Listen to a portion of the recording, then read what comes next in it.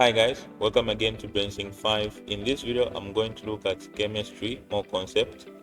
So I'm going to be talking about more concepts, and I will be using a matter or a past paper question which came in 2024. Hold on. So the past paper question which came in 2024 internal. So in that question, they asked them to define the term more,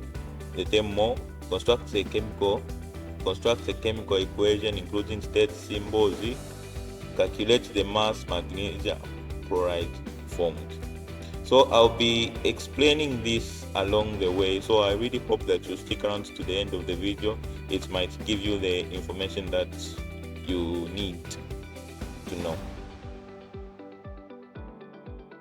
So let's start by first defining the term mole. When you talk about a mole, they just mean that a mole is the amount of substance that contains the same number of particles, atoms, molecules, ions, depending on the substance they have given you, as there are atoms in 12 grams of carbon 12. So this number is called the Avogadro's number, which is 6.022 times 10 to the power 23 particles. Let me explain. So by this they mean that a substance will contain the same number of particles as that of carbon 12. The same particles that are in carbon 12 are the other substances will contain, and that number of particles is 6.022 times 10 to the power 23, as the scientist Avogadro discovered. So this number here is the amount of particles that are contained in a substance in this carbon 12. So one mole of a substance contains this exact amount of particles in every substance. It doesn't matter the substance they are talking about. It can be oxygen, it can be carbon dioxide, the elements, it can be anything, any element. As long as it is one more of that element, it's going to have this number of particles. So an example, a demonstration I made here is this part. Like for example, we have carbon 12 grams of carbon 12 have this amount of particles. This oxygen molecule has this much number of particles, and this carbon dioxide, it have this number of particles. They all have this number of particles because one more of them is equivalent to this amount of particles.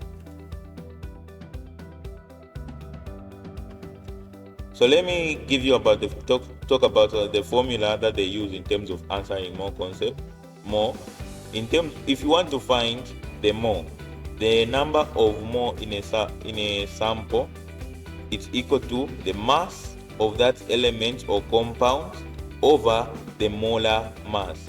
This mister here, it represents the molar mass of the element. If you don't know how to find the molar mass or elements, I'll explain later, so please stick around with me and I'll explain everything to you.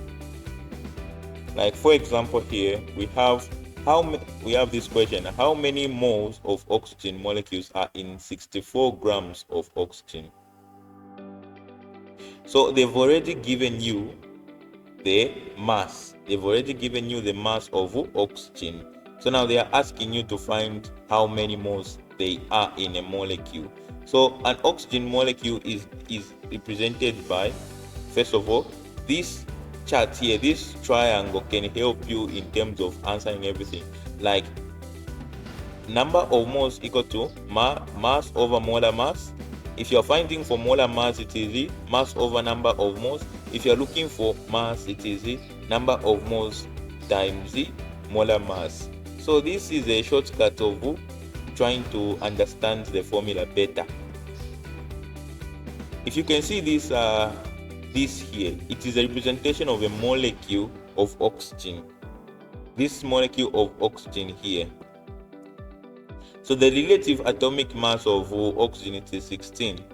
So we are going to multiply 16 with 2. Because of this 2 here, you end up with 82. That is how you find the molar mass. Depending on the number that you are given here, it can also be more, like sometimes they can even indicate a number here if you were balancing things, but you will multiply this 16 with 2, which will end up with 32. That is how you find the molar mass. Oxygen has a relative atomic mass of 16. You will multiply that 16 with these 2 here to get a 32. That is how you find the molar mass. You will multiply this 16 with a 2 here to get a 32. That is how you find the molar mass. So once you get the molar mass, you substitute, like 64 is the mass, divide the mass with the molar mass, which is 32. You're going to end up with 2. Like 64, 32 into 64 is 2.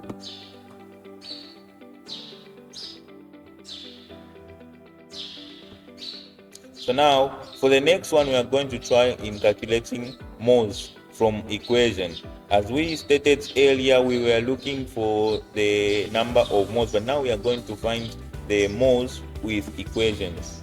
So but first, let me try to give you an idea of how to balance chemical equation before we move on to that time, so that it becomes easier for you to understand things.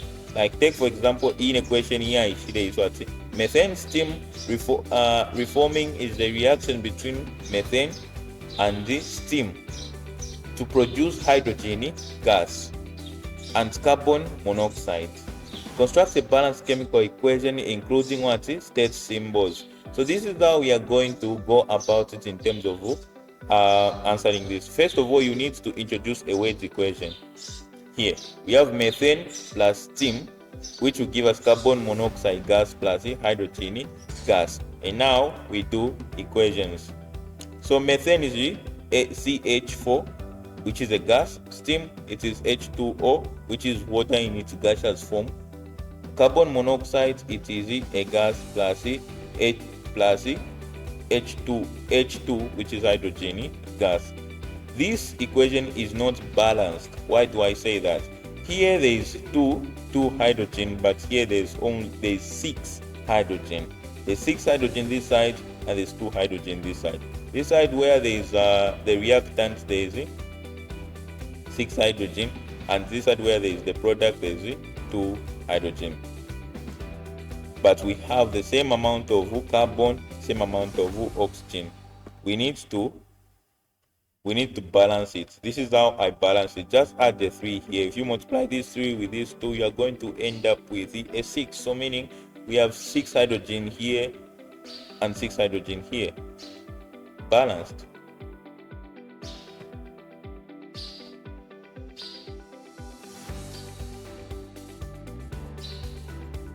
So now let's try now calculating more from equation. So we say, given that 80 grams of magnesium oxide react with dilute hydrochloric acid according to the equation, we have magnesium oxide plus 2HCl in aqueous, magnesium, which will form magnesium chloride in aqueous plus H2O liquid. Calculate. So as you can see here, it is a representation of the equation, and this equation, it is balanced if you look at it closely. There's no need in trying to balance it. It has already been balanced. The first thing that you need to do here, it is to find the molar mass of magnesium oxide. Like for example, we have this magnesium oxide. The product that was formed here, it is magnesium chloride. We are going to find the number of moles first of magnesium oxide, but in order to do that, we need to first find the molar mass of magnesium oxide. Here is how I answered everything here, if you can see it. So this here is the formula, if you can remember it, the n to the power 8 NMR. N represents the number of moles, M represents the mass, and the MR represents the molar mass.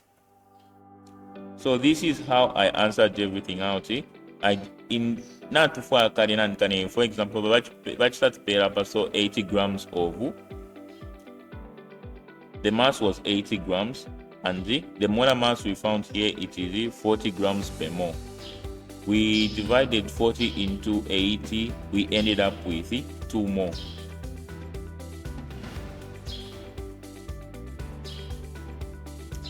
So from the equation, one thing you need to keep in mind, 1 mole of magnesium chloride will produce 1 mole of 1 mole of magnesium oxide will produce 1 mole of magnesium chloride, which in turn you end up with like 2 mole of magnesium chloride is also 2 mole of magnesium, or magnesium oxide is 2 mole of magnesium chloride.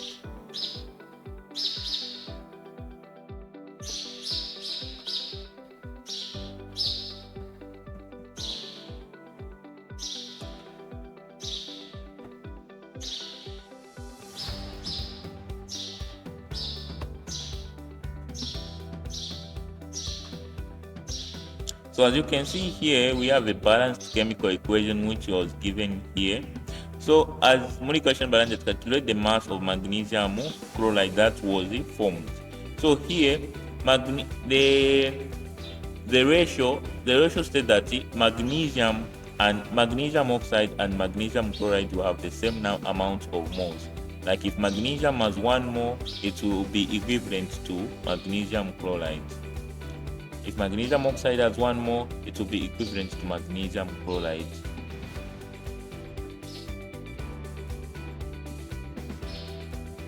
So we are going to first find the mole for magnesium before we even start looking at magnesium chloride. Carry upper, like given that 80 grams of magnesium oxide, we have only been given the mass for magnesium oxide, so that is why we are going to find the mole from magnesium oxide. So this is what I did. I first started by finding the molar mass for magnesium oxide. Hold on, first let me do this. In order to find the number of moles, you need the mass and molar mass. We already been given the mass for magnesium oxide, which is 80 grams, but we don't know about the molar mass. That is what I was looking for here.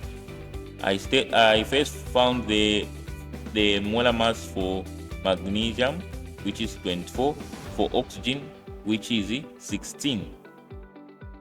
Add everything, you end up with 40 grams per mole. 40 grams per mole is our molar mass for magnesium oxide. So now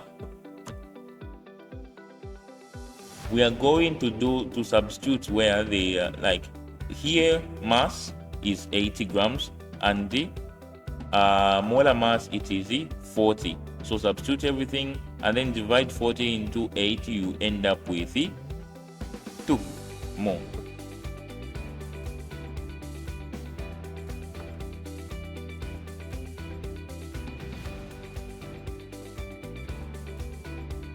So the reason I stated here that 2 mole of magnesium oxide is equal to 2 mole of magnesium chloride, because 1 mole of magnesium oxide it is the same as it's even magnesium chloride, you have the same number of moles. So we'll use the moles of magnesium in order to find the mass.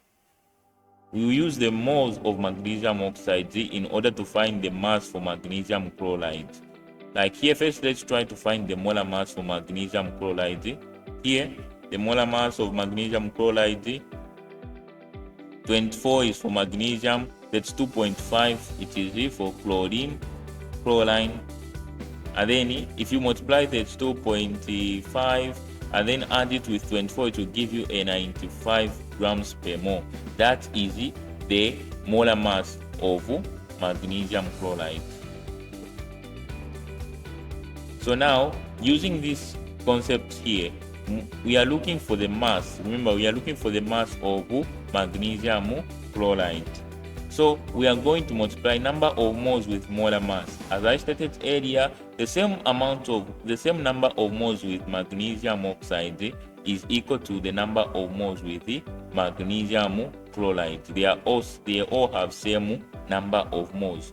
So which means the number of moles is 2, molar mass is 95. Multiply that, sorry, if you multiply 2 with 95, it will give you 190. So that will be the number or the mass for magnesium chloride. So that is the mass for magnesium chloride. Guys, if you watch to this point and you haven't subscribed to this channel, I recommend that you subscribe. It is a growing channel. We still have a lot to do, and I recommend that you be updated.